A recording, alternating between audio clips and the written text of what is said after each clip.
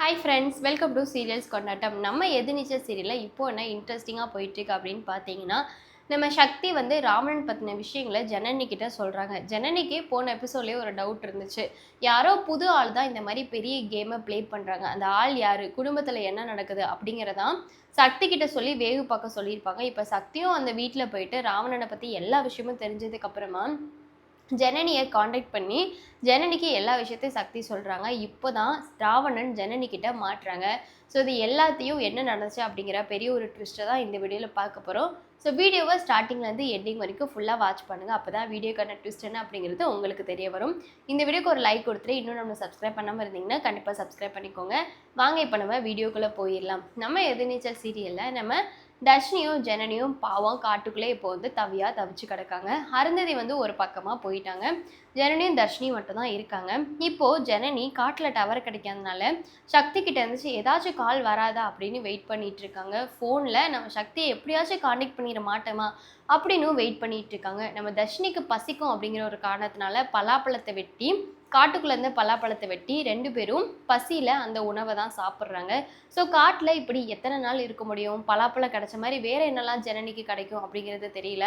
So Janani அந்த காட்டை விட்டு போகிறது தான் நல்ல காரியம். அப்போ தான் ஜனனிக்கு சிக்னலும் கிடைக்கும். சக்தியை பற்றி ஏதாச்சும் ஒன்று தெரிஞ்சுக்க முடியும். சக்தி வீட்டை பற்றி ஏதாச்சும் தெரிஞ்சுக்க முடியும் கண்டிப்பாக. ஸோ ஜனனி வந்து அப்படி முடிவெடுத்து அந்த பலாப்பழத்தை சாப்பிட்டுட்டு நம்ம தர்ஷினிக்கிட்டையும் ஒரு பேச்சை போடுறாங்க. தர்ஷினி எப்படி இருக்கும் உனக்கு கால்வலி அப்படி இப்படின்னு கேட்டு 2 பேரும் ஒரு டீப் டிஸ்கஷனை முடிச்சுட்டு அதுக்கப்புறம் தான் ஜனனி சொல்கிறாங்க தர்ஷினி கிட்ட, சரி தர்ஷினி இதுக்கு மேலேயும் நம்ம இங்கே இருக்க வேணாம், இருட்டடைய போகிற மாதிரி இருக்குது, அதனால நம்ம இங்கேருந்து போயிடலாமா அப்படின்னு சொல்லிட்டு தர்ஷினி கிட்ட ஜனனி சொல்கிறாங்க. உடனே ஜனனி, சரி சித்தி நீங்கள் சொல்கிறதும் கரெக்டு தான், ஆனால் இப்போ நம்ம எந்த ஒரு பார்டரையும் நம்மளால் தாண்ட முடியாது. போலீஸ் வந்து செக் போஸ்ட்டில் வெயிட் பண்ணுவாங்க இல்லையா, நம்மளை அதுக்கப்புறம் பிடிச்சிருவாங்கல்ல சித்தி, என்ன சித்தி பண்ணுறது அப்படிங்கிற மாதிரி தர்ஷினி வந்து ஜனனி கிட்டே கேட்குறாங்க. உடனே ஜனனி, சரி தர்ஷினி ஒன்றும் பிரச்சனை இல்லை, நம்ம இந்த செக் போஸ்ட் கிட்டலாம் போக வேண்டாம், ஆனால் நம்ம ஒரு தங்குறதுக்கு நல்ல ஒரு பிளேஸ் ஏதாச்சும் இருக்கான்னு பார்த்து அங்கே தங்கிக்கலாம் அப்படிங்கிற மாதிரி ஜனனி சொல்லி அந்த காரை விட்டு மூவ் பண்ணிவிட்டு சிக்னல் கிடைக்குதான்னு தர்ஷினி கிட்ட ஃபோனை கொடுத்து பார்க்க சொல்லிகிட்டே இருப்பாங்க ஜனனி.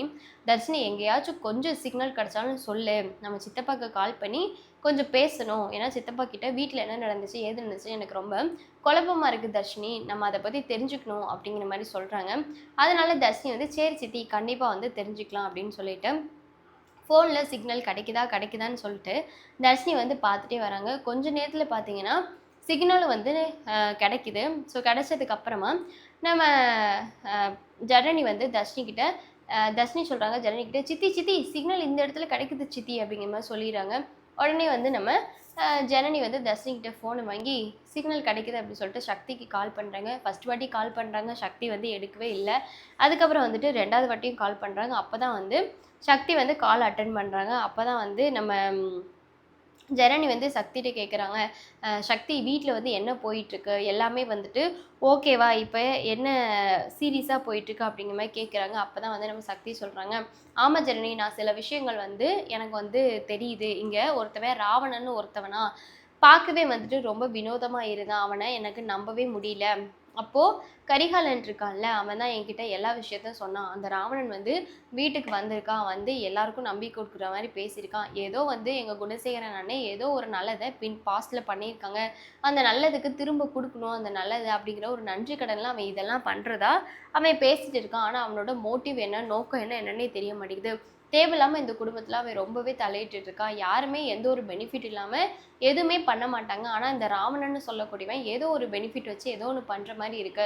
சரி பணத்துக்காக தான் பண்ணுவான்னு யோசிச்சா அவன் மிகப்பெரிய வந்து சொத்துள்ளவனா. ஸோ பணமும் அவனோட மோட்டிவ் கிடையாது. அப்புறம் எதுக்காக இந்த குடும்பத்துக்கு ஹெல்ப் பண்ணுறான், அதுவும் அவன் சொல்கிறான். தர்ஷினி வந்து அவன் கண்டுபிடிச்சி தரதா கம்பல்சரி சொல்கிறான். இதில் ஏதோ ஒரு வினோதமான வித்தியாசமான ஒரு விஷயம் இருக்குன்னு எனக்கு புரிய வருது ஜனனி. உனக்கு இதை கேட்டதுக்கப்புறம் உனக்கு என்ன தோணுது அப்படிங்கிற மாதிரி சக்தி வந்து கேட்க நம்ம ஜனனி சொல்கிறாங்க, ஆமாம் சக்தி நீங்கள் சொல்லும்போது எனக்கு ஏதோ ஒன்று தான் தோணுது. நான் இப்போ தான் யோசித்தேன், நம்ம தெரிஞ்சவங்க வந்து இந்த கேமை கண்டிப்பாக ப்ளே பண்ண மாட்டாங்க. அதுவும் இல்லாமல் குணசேகரன் இவ்வளோக்கு ப்ளே பண்ணுவாரான்னு கேட்டால் கண்டிப்பாக கிடையாது. ஏன்னா குணசேகரனுக்கு யோசிப்பார், ஆனால் இவ்வளோக்கு அவர் வந்து நடந்துப்பாரா, இவ்வளோ முயற்சி பண்ணுவாரா அப்படின்னு கேட்டால் இது கொஞ்சம் வந்து வினோதமான ஒரு விஷயமா தான் இருக்குது. அதனால் குணசேகரனுக்கு ஒன்று யாரோ ஒருத்தவங்க ஹெல்ப் பண்ணணும், அப்படி இல்லைன்னா குணசேகரனுக்கே தெரியாமல் நம்ம குடும்பத்தை இவ்வளோ நாள் கங்கணம் கட்டி இருந்தவங்க ஒருத்தவங்க இப்படி பண்ணணும். இதில் ஏதோ ஒன்று தான் நடந்திருக்கணும் சக்தி அப்படிங்கிற மாதிரி சொல்கிறாங்க. உடனே சக்தி, சரி ஜனனி இப்போ என்ன பண்ணுறீங்க, எப்படி இருக்கீங்க, தர்ஷினி நல்லா இருக்காளா, தர்ஷினிக்கு கால் வலிலாம் பரவாயில்லையா அப்படின்னு நம்ம சக்தி கேட்க நம்ம ஜனனி சொல்கிறாங்க, பரவாயில்ல சக்தி, கால் வலிலாம் இப்போ தர்ஷினிக்கு பரவாயில்ல, தர்ஷினி இப்போது நல்லாவே நடக்கிறா. சரி 2 பேரும் சாப்பிட்ருக்க மாட்டீங்கல்ல, காட்டுக்குள்ளே இருக்கிறீங்களே, அங்கே ஏதாச்சும் உங்களுக்கு கிடச்சிச்சா அப்படின்னு சக்தி கேட்குறாங்க. உடனே ஜனனி, ஆமாம் சக்தி, எங்களுக்கு கிடச்சிது. எங்கள் காட்டுக்குள்ளே ஒரு பலாப்பழம் இருந்துச்சு. அந்த பலாப்பழத்தை பறித்து தான் நான் வந்து தர்ஷினிக்கு கொடுத்தேன். தர்ஷினி பாவம் பசி தாங்க மாட்டா இல்லையா, அதனால தான் அவளுக்கும் கொடுத்துட்டு நானும் சாப்பிட்டேன். அதோட தான் அந்த சாப்பாடு சாப்பிட்டதோட தான் இருக்கோம் சக்தி. இதுக்கப்புறம் எப்படி நாங்கள் வர்றது, வெளியே வர்றது எதுவுமே தெரியல சக்தி. நீங்கள் தான் எப்படியாச்சும் இந்த இடத்துக்கு வரணும் அப்படிங்கிற மாதிரி சொல்கிறாங்க. சரி ஜெரணி, நீ வெயிட் பண்ணிக்கிட்டே இரு, நான் கூடிய சீக்கிரம் உன்னை ரீச் பண்ணிடுவேன் அப்படிங்கிற மாதிரி சொல்லிவிட்டு ஃபோனை வைக்கிறாங்க. இந்த பக்கம் பார்த்தீங்கன்னா நம்ம கதிர் வந்து தர்ஷினியை தேடுறதுக்காக அந்த ராவணன் சொன்ன ஊருக்கே வந்து போய் பார்க்குறாங்க. எது அந்த ஒரு மாதிரி காடாக இருந்துச்சுன்னா அந்த ஊருக்கு பார்க்குறாங்க. போய் பார்த்தா கதிருக்கு எந்த ஒரு விஷயமே வந்துட்டு பிடிபட மாட்டேங்குது. அப்போ தான் கதிர் யோசிக்கிறாங்க, என்ன இந்த ராவணன் இந்த ஊரை தான் சொன்னான், ஆனால் வந்து இந்த ஊரில் எந்த ஒரு விஷயமே வந்து நடக்கலையே, என்னவா இருக்கும் அப்படிங்கிற மாதிரி யோசிக்கிறாங்க. ஸோ அதுக்கப்புறம் கதிருக்கும் என்ன பண்ணுறதுன்னு தெரியல. ஈஸ்வரி இந்த பக்கம் பார்த்தீங்கன்னா எங்கே என் தர்ஷினி எப்போ வருவா ஏது வருவான்னு ஈஸ்வரி பாவம் சாமி படத்துக்கு முன்னாடி கவலையில் உட்காந்துட்ருக்காங்க. நந்தினி ரேணுகாவும் வந்து தான், இங்கே பாருங்கக்கா, ஏன்க்கா இப்படி நீங்கள் அழுதுகிட்டே இருக்கீங்க, கொஞ்சமாச்சும் ஒரு காப்பியாச்சும் குடிக்கா, காப்பியாச்சும் சாப்பிட்டுக்கா அப்படிங்கிற மாதிரி சொல்கிறாங்க. உடனே வந்து ஈஸ்வரி, இல்லை இல்லை எனக்கு வேண்டாம், எனக்கு என் தர்ஷினி வந்து வந்தே ஆகணும், என் தர்ஷினி இல்லைன்னா என்னால் இருக்கவே முடியாது அப்படிங்கிற மாதிரி பேசிட்டாங்க. அதோட ரேணுகா அம்மா, ஈஸ்வரி எதுக்குமா இப்படி பண்ணுற, அதான் வந்து ரேணுகா சொல்கிறால, என் பிள்ளை சொல்கிறது கேளுமா, சாப்பிடு, ஒரு வாய் காப்பியாச்சும் குடிமா, காப்பி தண்ணி குடிச்சாச்சும் உடம்பு தேத்து, அப்போ தான் தர்ஷினியை உன்னால் பார்க்க முடியும், தர்ஷினியை பார்க்கும்போது நீ சந்தோஷமாக ஃபீல் பண்ணுவ, அதான் சொல்லிட்டாங்களே கண்டிப்பாக நம்ம தர்ஷினியை கூட்டிகிட்டு வந்துடுவாங்க, அந்த ஜனனியை கண்டுபிடிக்க தான் நியூஸ்லலாம் போட்டிருக்காங்களே, அந்த ஜனனி எப்படியும் போலீஸ்கிட்ட தப்பிக்க மாட்டா, அவள் எப்படி இருந்தாலும் மாட்டி நம்ம தர்ஷினி வீட்டுக்கு வந்துடுவா, எதுக்குமா கவலைப்படுற அப்படின்னு.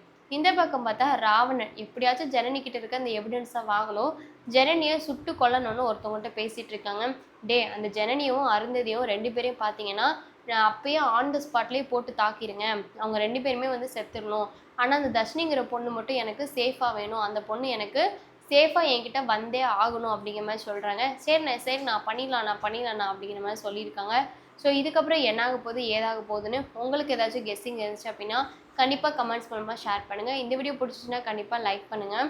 நம்ம எதிர்நீச்சல் சீரியலில் நீங்கள் யாரோட ஃபேனுங்கிறத மறக்காமல் கமெண்ட்ஸ் மூலமாக ஷேர் பண்ணுங்கள். சக்தி பிடிக்குன்னா சக்தி சூப்பர்னும், ஜனனி பிடிக்குன்னா ஜனனி சூப்பர்னும் உங்களோட கமெண்ட்ஸை தட்டி விடுங்க. டடா.